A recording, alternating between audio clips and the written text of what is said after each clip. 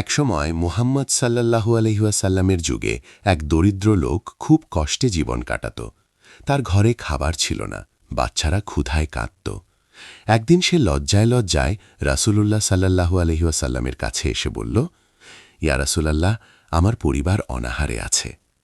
রাসূল সাল্লাল্লাহু আলাইহি ওয়াসাল্লাম সাহাবীদের দিকে তাকালেন।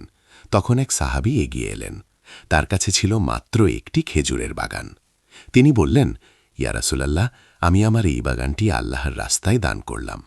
সবাই অবাক হয়ে গেল, কারণ সেটাই ছিল তার একমাত্র সম্পদ। কিন্তু তিনি আল্লাহর সন্তুষ্টির জন্য তা ত্যাগ করলেন। রাসূল সাল্লাল্লাহু আলাইহি ওয়াসাল্লাম হাসলেন এবং বললেন, যে আল্লাহর জন্য কিছু ছেড়ে দেয়, আল্লাহ তাকে তার চেয়ে উত্তম কিছু দান করেন। কিছুদিন পর দেখা গেল সেই সাহাবীর রিজিক এত বেড়ে গেল যে তিনি আগের চেয়েও বেশি সম্পদশালী হলেন। আর যে দরিদ্র লোকটি সাহায্য চেয়েছিল, তার পরিবারও সচ্ছল হয়ে উঠল। এই গল্পের শিক্ষা, আল্লাহর রাস্তায় দান করলে সম্পদ কমে না, বরং বাড়ে।